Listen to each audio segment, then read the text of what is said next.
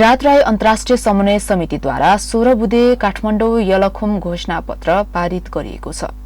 एक पत्रकार सम्मेलनको आयोजना गर्दै सो घोषणापत्र सार्वजनिक गरिएको हो। किरात राई अन्तर्राष्ट्रिय समन्वय समितिको आयोजनामा 2078 कार्तिक 27, 28 र 29 गते तदनुसार 2021 नोभेम्बर 13, 14 र 15 तारिक नेपालको राजधानी काठमाडौँ यलखुममा किरात राई तेस्रो अन्तर्राष्ट्रिय सम्मेलन ऐतिहासिक र भव्य रूपमा समापन भएको छ। सम्मेलनमा नेपाल सहित 14 वटा देशका प्रतिनिधिहरू सहभागी भएको थियो। यस सम्मेलनमा विश्वभर छरिएर रहेका किरात राई समुदायको पहिचानसँग जोडिएको भाषा, धर्म, इतिहास, लिपि र संस्कृतिबारे बृहत छलफल भएको छ।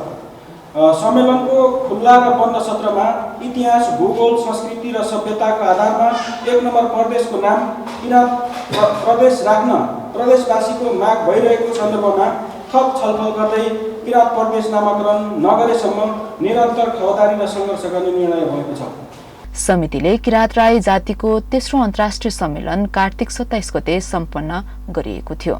काठमाडौँको सभागृह हलमा आयोजना गरिएको कार्यक्रममा 14 देशमा बसोबास किरात राई जातिका प्रतिनिधिहरूको उपस्थिति थियो।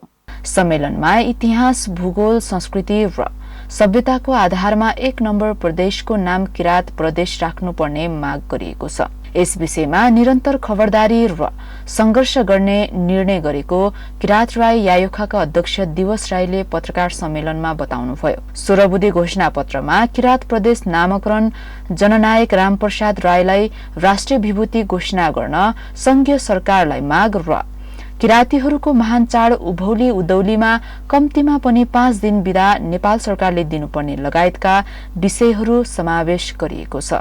किरातहरूको पुरानो श्रीजङ्ग लिपि र दार्जिलिङ सिक्किममा प्रयोग गरिँदै आएको लिपिलाई पनि मान्यता दिई अगाडि लाने कुरामा समेत छलफल गरिएको बताउनुभयो।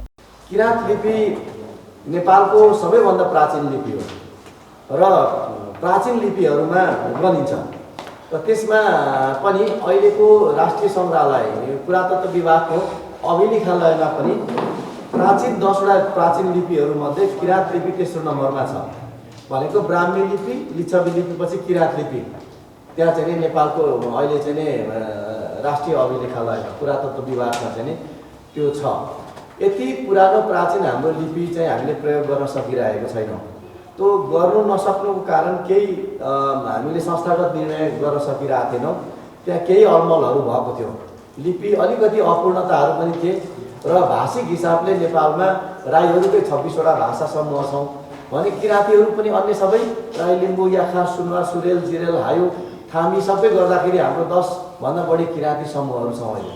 ती सबै किरातीहरूको साझा लिपिको रूपमा यसलाई चाहिँ विकास गरेर लानुपर्छ भन्ने किरात राई यायोखाले योभन्दा अगाडिदेखि अब चाहिँ बहसलाई अगाडि बढाएर यो लगभग सबै आम किराती समूहहरूको साझा लिपिको रूपमा किरात लिपि चाहिँ चलाउने भनेर त्यसको नाम चाहिँ सिर्जङ्गा किरात सिर्जङ्गा लिपि भन्ने दिने भनेर एउटा किरातीहरूको बीचमा सहमति भएको छ र त्यो अनुसार अहिले भाषाविदहरू विभिन्न लिपि विज्ञहरूलाई हामीले चाहिँ 9 सदस्यीय विज्ञहरूको एउटा कार्यदल बनाएर उहाँहरूलाई त्यो जिम्मेवारी पनि दिएको छौँ र अबको यो 2-3 महिनामा उहाँले त्यसलाई फाइनल सबै सक्नुहुनेछ तयार गरेर। त्यसपछि हामी त्यसलाई चाहिँ कार्यान्वयनमा लाने भनेर यता प्राविधिक काम पनि हामीले गरिरहेछौँ भने अब यसलाई संस्थागत रूपमा पनि यसलाई चाहिँ अथोराइज गर्नुपर्छ। संस्थागत हिसाबले साझा निर्णय गरेर गइयो भने अनि बल्ल त्यसलाई कार्यान्वयनमा लान सकिन्छ भनेर योपल्ट लिपिको सन्दर्भमा हामीले ऐतिहासिक निर्णय गरेका छौँ र यो लिपिको सन्दर्भमा यो निर्णय गर्दै गर्दा फेरि राईहरूले सिक्किममा पनि राई लिपि भनेर चलाइराख्नु भएको छ। त्यहाँ चाहिँ लगभग ग्रेजुएसनसम्म चाहिँ त्यहाँ किरात खम्बु राई लिपि भनेर उहाँले सञ्चालन गरिराख्नु भएको छ। त्यो हिसाबले राईहरूको समुदायमा अब त्यो लिपिलाई पनि मान्यता दिने हैन। त्यहाँ अब सिक्किमको स्टेट त्यहाँ गभर्मेन्टले नै त्यसलाई मान्यता दिएर चाहिँ नै चलिरहेछ युनिभर्सिटी लेभलमा भने अब त्यो लिपिलाई पनि यो सम्मेलनले चाहिँ मान्यता दिने र यहाँ किरात सिर्जङ्गा लिपिलाई पनि मान्यता यो दुईटा लिपिलाई अब किरात राई समुदायहरूले सञ्चालनमा ल्याउने र नेपालको सन्दर्भमा चाहिँ सबै किरातीहरू बिचको साझा लिपि चाहिँ चलाउने किरात सिर्जङ्गा लिपि भन्ने हिसाबको यो अर्को ऐतिहासिक निर्णय भएको छ। र अन्तिममा अब यो किरात राई जातिको विषयमा हाम्रो राईहरूको बिचमा केही फरक अभिमतहरू छन्। कोही राई हुने वा नहुने, कोही भाषिक हिसाबले फरक भएर जाने, कोही किराँती भएर जाने, कोही खम्बु भएर जाने, कोही मङ्गोल भएर जाने, विभिन्न खालका सामाजिक अभियानहरू चलिरहेको छ स्वतन्त्र हिसाबले। र संस्थागत हिसाबले किराँत राई आयोखा लगायत किराँत राई जन्य सङ्गठनहरूले चाहिँ किराँत राई जाति भएर हामी जानुपर्छ भनिरहेछौँ।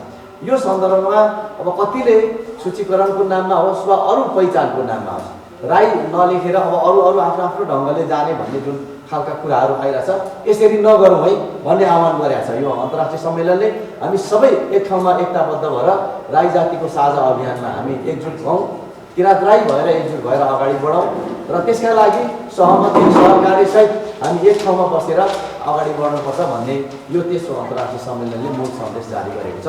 यसरी हामीले चाहिँ 16वटा बुँदामा 16 बुँदे यो किराँत राई तेस्रो अन्तर्राष्ट्रिय सम्मेलन यो YLFM काठमाडौँ भन्छ, यो काठमाडौँ घोषणापत्र चाहिँ हामीले जारी गरेका छौँ।